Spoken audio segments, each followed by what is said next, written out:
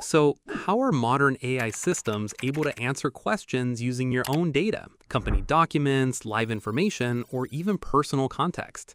That's exactly where RAG comes in, which stands for Retrieval-Augmented Generation. Because if you look at today's AI applications, whether it's financial platforms, customer support systems, healthcare tools, or even internal company tools, a lot of them are quietly powered by this concept. Let me give you a quick, real-world kind of scenario to set the context.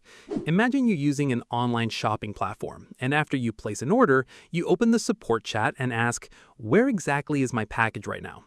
Now, instead of giving a generic tracking response, the system actually checks your specific order details, shipment status, delivery location, and estimated arrival time, and then gives you a personalized answer based on your order.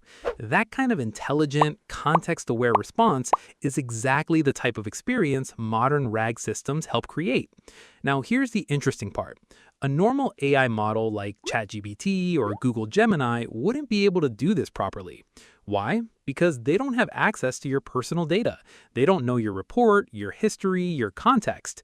But systems built using RAG can do this because they can access specific, relevant data in real time and use that to generate answers. And that's exactly what we're going to understand in this video. We'll break it down step by step. We'll understand what RAG actually is, why it has become so popular, how the entire pipeline works, and how it's used in real-world systems. Now, before we jump into the technical side, let's understand this with a simple idea. Let's imagine two students. The first student prepares for an exam by studying a lot beforehand, reading books, memorizing concepts, and trying to retain as much information as possible. Then, during the exam, they answer questions based only on what they remember. This is exactly how most AI models work. They are trained on huge data sets, and once the training is done, they generate answers based on what they've already learned. That's where the word generation comes from. Now, let's look at the second student. This student also studies, but during the exam, they're allowed to carry books. So whenever a question comes, they can quickly look things up, verify facts, and use the most accurate and up-to-date information before answering. Now, obviously, this student has a huge advantage. They're not just relying on memory, they're using real-time information. And this is exactly what RAG does. So instead of relying only on what the model already knows, RAG allows the model to look up relevant information from an external source and then generate a better answer. It's not a separate model. It's not a completely new AI. It's more like a technique that improves how AI responds. And because of this, the answers become more accurate, more up-to-date, and much more context-aware. Now, what do we mean by context-aware? Let's say you ordered a laptop from an online store, and after a few days, you message the support chatbot saying, "Why hasn't my order arrived yet?" Now, if you ask the general AI tool this question, it can only give you a generic response like, "There may be shipping delays or high demand." But if you ask the same question on the shopping platform's own AI assistant, and you're logged into your account, the system can actually check your specific order details, shipment status, warehouse updates, and expected delivery date. So instead of a generic answer, it can give you a highly personalized response. That's the difference, and that's why RAG has become such a big deal in the industry. Now that you have a basic idea of what RAG is, let's talk about something really important. Why do we even need it? Because honestly, large language models are powerful, but they're not perfect. They have some very real limitations, and RAG is basically designed to fix those. One of the biggest issues with AI models is something called hallucination. Now, this doesn't mean anything visual. It simply means the model sometimes makes things up. If it doesn't know the answer, instead of saying, "I don't know," it might generate something that sounds confident, but is actually incorrect. And this is risky, especially in areas like healthcare, finance, or legal systems. Now, what RAG does is, instead of guessing, it forces the model to rely on real, relevant data. So the response becomes grounded in actual information, not imagination. Every AI model has something called a knowledge cutoff. That means it was trained on data only up to a certain date. For example, a model like ChatGPT doesn't automatically know what happened yesterday unless it has access to external data. So if you ask about recent events, it may not have accurate information. But with RAG, you can connect the model to live or updated data sources. So now the model isn't stuck in the past, it can work with current information. Let's say you want your AI system to learn something new. Traditionally, you have two options: retrain the model or fine-tune it. Both are expensive, time-consuming, and not always practical. But RAG gives you a smarter alternative. Instead of changing the model, you simply change the data it can access. So you can update knowledge instantly without retraining anything. Now, this is especially important for companies. Let's say an organization has sensitive internal data, like customer records, financial data, or internal documents. They usually don't want to upload it publicly or use it to train large models. With RAG, they don't have to, because the model doesn't need full access to the entire dataset. It only retrieves small, relevant pieces of data when needed. So the system stays secure and sensitive information isn't fully exposed. So what's the big idea? If you look at all these problems together, RAG basically acts like a bridge. It connects a powerful language model with real, relevant, and up-to-date data. And that combination is what makes modern AI systems actually useful in production. Now, naturally, the next question is, how does this actually work behind the scenes? Like, what exactly happens when you type a query? How does the system find the right information, combine it with your question, and generate an answer? That's where the RAG pipeline comes in. And don't worry, the name sounds technical, but the idea is very straightforward. Alright, so now let's finally understand what actually happens behind the scenes when you use a RAG system. Just imagine this. You're preparing a smart open book system. There are two main phases involved. First is preparing the knowledge, which comes before the user even asks anything. And second is using that knowledge when the user asks a question. And that's exactly how the RAG pipeline is structured. Now, the entire pipeline is divided into two parts: ingestion pipeline, where we prepare the data, and retrieval pipeline, where we use that data to answer questions. Now, don't get confused by the names, we'll simplify both. So now let's talk about the first pipeline, the ingestion pipeline. We're basically preparing the data so that the model can use it later. Now, this part of pipeline involves several steps. The very first step we have is the collection of data. First, we gather all the data we want the model to use. This could be anything: PDFs, documents, Excel files, websites, or internal company databases. Basically, any source of useful information. Now, in the next step, we break the data into chunks. Now, here's something important. We don't feed the entire data as one big block. Instead, we split it into smaller pieces called chunks. Why? Because smaller pieces are easier to search and more precise information can be retrieved. Think of it like breaking a big book into small notes. Now, in the next step, we perform the embeddings, which means we convert the text into numbers. Now, this is where things start getting really interesting. AI models don't actually understand text the way humans do.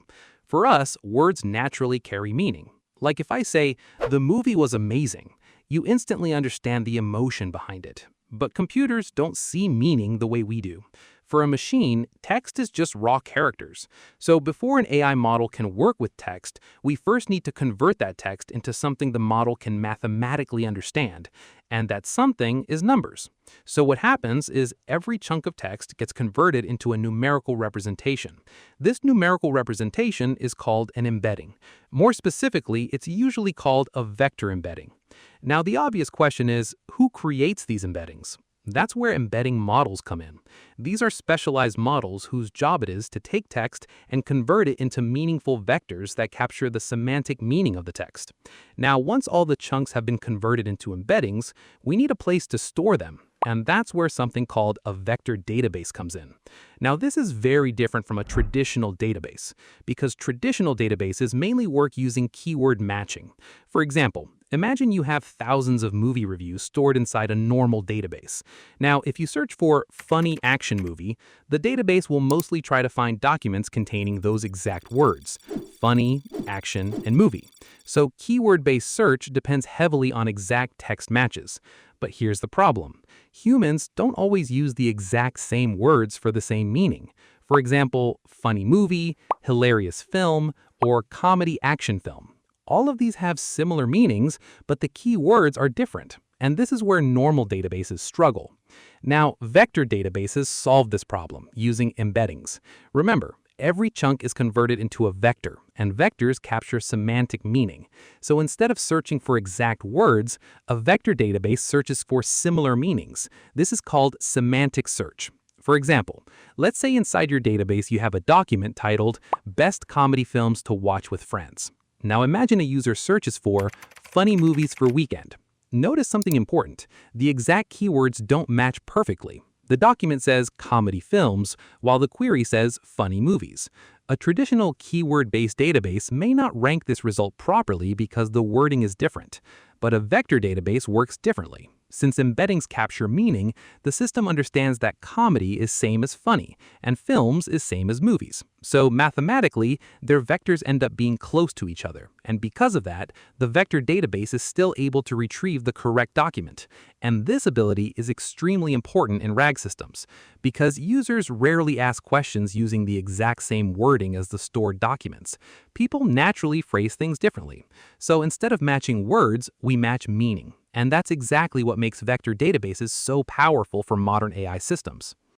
So at this point, we have clean data, broken into chunks, converted into embeddings, stored in a smart database. And this entire process is what we call the ingestion pipeline. Now comes the second part of our pipeline, the retrieval pipeline, which basically means answering the query. Now in the first step of this part, the moment a user asks a question, the system cannot directly compare that text with the stored data. Because remember, inside the vector database, everything already exists in the form of embeddings, which are numerical vectors. So if a user types something like, "How do I learn Python faster?" the system first needs to convert this query into numbers as well. And to do that, we again use the same embedding model. So now what happens is, the user query gets converted into a vector. And this step is extremely important, because now both the query and the stored data exist in the same mathematical format, which means the system can finally compare them properly. Now comes the step 2, in which we simply retrieve relevant information. Now, once a user query has been converted into an embedding, the next step is to compare that query vector with all the vectors stored inside the vector database. And the goal here is simple. Find the chunks whose meaning is most similar to the user's query. Now remember, the database is not comparing words directly. It's comparing vectors mathematically. So the system basically checks which vectors are closest to the query vector and which chunks are semantically most related. This process is called similarity search. For example, imagine the user asks, "How can I improve my coding skills?" Now, inside the database, there may be chunks related to programming practice, learning development, building projects, solving coding challenges, learning by creating real applications. Even if the exact words coding skills are not present everywhere, the embeddings may still be semantically close to the query. So the vector database retrieves the chunks that are most relevant in meaning. And this is very important, because instead of sending the entire database to the AI model, the system only extracts the most useful and relevant pieces of information. These retrieved chunks are called the context, and this context is what helps the model generate a more accurate response in the next step. Now comes the most important step, the augmentation. Now, this is a step where everything starts coming together. Up until now, we have the user's original query, and we have retrieved the most relevant chunks from the vector database. But we still haven't sent anything to the AI model yet. Now, in a normal AI system, we would simply send the user's question directly to the model. But in RAG, we do something smarter. Instead of sending only the query, we combine the original query plus the retrieved context, and together they form a much more informative prompt. For example, imagine the user asks, "How can I improve my coding skills?" And from the database, the system retrieves chunks talking about practicing consistently, building real-world projects, solving coding challenges daily, learning by creating real applications. Instead of giving the AI model only, "How can I improve my coding skills?" the system sends something more detailed behind the scenes. It's more like, here's the user's question, and here's some relevant information related to it. Now generate a response using this context. And this process of adding extra useful information to the original query is called augmentation, because we're basically improving or upgrading the prompt before sending it to the model. And this step is extremely important, because the quality of the final answer heavily depends on the quality of the context added here. Now comes the last step, generation. Finally, this enhanced prompt is sent to the AI model. Now at this point, the model has two things: the user's original query and the retrieved context from the database. And using both of these together, the model generates the final response. Now, this is the biggest difference between a normal AI response and a RAG-based response. In a normal system, the model mostly relies only on what it learned during training. But in RAG, the model also has access to relevant external information while generating the answer. So instead of purely guessing from memory, it can generate responses using actual retrieved data. For example, if the retrieved context contains information about practicing consistently, building real-world projects, solving coding challenges daily, then the model can use that context to generate a much more focused and relevant answer for how can I improve my coding skills. And once the response is generated, the system simply returns that final answer back to the user. So this entire flow, retrieval, augmentation, and generation, is what makes RAG systems far more powerful and context-aware compared to traditional AI systems. And that's the full pipeline. Once you understand this flow, everything else becomes much easier. Now that you understand the full pipeline, let's talk about something practical. Because if you actually build a RAG system in the real world, there are 3 decisions that have a huge impact on performance. How you split your data, called chunking, how you convert it into vectors, called embeddings, and where you store and search it, called a vector database. These 3 things can literally make or break your system. Now, these might sound like small implementation details, but in reality, these are some of the most critical parts of the entire system, because the quality of retrieval and ultimately the quality of the final answer depends heavily on these 3 things. For example, if your chunks are poorly created, the system may retrieve incomplete or irrelevant information. If your embeddings are weak, the system may fail to understand the semantic meaning properly. And if your vector search is inefficient, relevant context may never even reach the model. So even though the AI model generates the final answer, the real strength of a RAG system often comes from how well these components are designed behind the scenes. So let's start with the first important component, chunking. Now remember, we usually don't store an entire document as one massive block inside a RAG system. Instead, we divide the data into smaller pieces called chunks. And this step is much more important than it looks, because later during retrieval, the system is not retrieving the whole document. It's retrieving these individual chunks. So if the chunking is poorly done, the system may retrieve incomplete information, irrelevant context, or broken ideas. Think about it like this. Imagine you have an entire 300-page book.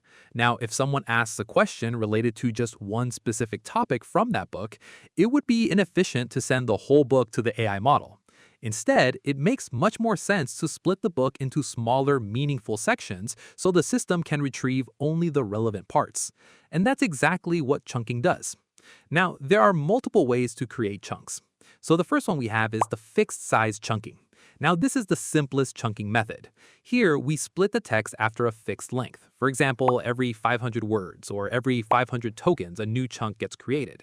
So the system doesn't really care where the sentence ends or where the topic changes. It simply cuts the text after a certain size limit. Now, the advantage is obvious. It's simple, fast, and easy to implement. But there's also a major drawback. Sometimes the chunk may break in the middle of an explanation. For example, imagine one paragraph starts explaining how neural networks learn, and suddenly the chunk ends halfway through the explanation. Then the remaining explanation goes into the next chunk. Now the context gets split apart, and because of that, retrieval quality can suffer. Next, we have structure-based chunking. Now, instead of splitting blindly by size, another approach is to split based on the structure of the document. For example, paragraph-wise, section-wise, or heading-wise. So if one paragraph discusses embeddings and another discusses vector databases, they become separate chunks naturally. This approach usually preserves context much better because ideas stay grouped together in a more logical way, and that's why structure-based chunking is very commonly used in production systems, especially when dealing with articles, documentation, some PDFs, or research papers. And then we have semantic chunking. Now this is the most advanced approach. Instead of splitting based on size or document structure, we split based on meaning. So basically, the system tries to detect when the topic or semantic context changes, and whenever a major topic shift happens, a new chunk is created. For example, imagine a document starts talking about machine learning basics, and later shifts into deep learning architectures. A semantic chunking system can recognize that the meaning has changed and create separate chunks automatically. Now, this produces very high-quality chunks because the context remains much more meaningful. But there's a trade-off. Semantic chunking is slower, more computationally expensive, and more complex to implement. And honestly, chunking is one of the most underrated parts of a RAG, because even if you use a powerful LLM, strong embeddings, and a good vector database, the system can still fail if the chunks themselves are poorly designed. Because at the end of the day, the model can only answer based on the context it retrieves. Now let's move to the second major component of a RAG system, embedding models. And honestly, this is one of the most important parts of the entire pipeline, because this is the component responsible for converting human language into mathematical meaning. Now earlier, we discussed that AI systems cannot directly understand text. They work with numbers. So whenever we have a document chunk or even a user query, we convert that text into embeddings, which are numerical vectors. But here's the important question. How good is that conversion? Because not all embedding models understand meaning equally well, and that directly affects the quality of retrieval. Think about it like this. Suppose two users type, "How do I learn Python?" and "the best way to start programming with Python." Now for humans, both questions are obviously related. Even though the wording is different, the intent is very similar. A good embedding model will understand this similarity, which means their embeddings will be mathematically close together, and the system will retrieve similar relevant chunks for both queries. But if the embedding model is weak, then it may fail to capture this semantic relationship properly. And if that happens, relevant chunks may not get retrieved, wrong context gets selected, and the final answer quality drops. So even though the AI model generates the response later, the embedding model heavily influences whether the right information even reaches the model in the first place. Now, in the industry, there are multiple embedding models available. Some popular options include embeddings from OpenAI, embeddings from Google, and sentence transformers from Hugging Face. Now, every embedding model has different strengths. Some models are faster, cheaper, and lighter weight, while others are more accurate, better at understanding semantic meaning, and better suited for production-grade systems. So choosing an embedding model often becomes a trade-off between speed, cost, and retrieval quality. So at the end of the day, the embedding model decides one very important thing. Will similar meanings end up close together in vector space? Because if semantically related text does not end up close together in vector space, then retrieval will fail. And if retrieval fails, the entire RAG pipeline starts breaking down. Now, once we have all these embeddings, we need a system that can actually store them and search through them efficiently. And that's where vector databases come in. Now remember, these embeddings are not normal text anymore. They are vectors, basically long numerical representations of meaning. So traditional databases are not really designed to handle this type of semantic similarity search efficiently. That's why we use specialized databases built specifically for vectors. These are called vector databases. Some of the most popular vector databases used in the industry include Face, Pinecone, ChromaDB, Elasticsearch, and all of these are designed to perform fast similarity searches on embeddings. What makes vector databases special? Now, this is the key difference. Traditional databases mainly work using exact keyword matching. For example, if you search "learn Python quickly," a normal database will mostly try to find documents containing those exact words. But vector databases work differently. Instead of comparing words, they compare the embeddings mathematically, which means they compare meaning instead of exact text. For example, imagine inside the database there's a chunk talking about best ways to start coding with Python. Now suppose the user searches "how to learn Python fast." Notice that the wording is different. the exact keywords are not perfectly matching, but semantically, both are talking about almost the same thing. And because embeddings capture meaning, their vectors end up being mathematically close to each other. So the vector database can still retrieve the correct chunk even without exact keyword matches. And this is exactly why vector databases are such a critical part of RAG systems, because in real-world conversations, users naturally phrase things differently. People rarely use the exact same wording as the stored documents. So instead of searching for exact words, vector databases search for semantically similar ideas. And that's what makes retrieval in RAG systems actually powerful. Now, in real-world applications, developers usually don't build every single part of a RAG pipeline completely from scratch, because as the system grows, managing everything manually becomes difficult. Think about all the components involved: loading documents, chunking data, creating embeddings, storing vectors, retrieving context, building prompts, and connecting everything to an LLM. Managing all of this manually can quickly become messy. So instead, developers often use specialized frameworks that simplify the entire workflow. Some of the most popular frameworks include LangChain, Llama Index, Haystack. Now, these frameworks basically provide ready-made tools and abstractions for common RAG tasks. For example, they can help with splitting documents into chunks, generating embeddings, connecting vector databases, retrieving relevant context, creating prompts, and building complete AI pipelines.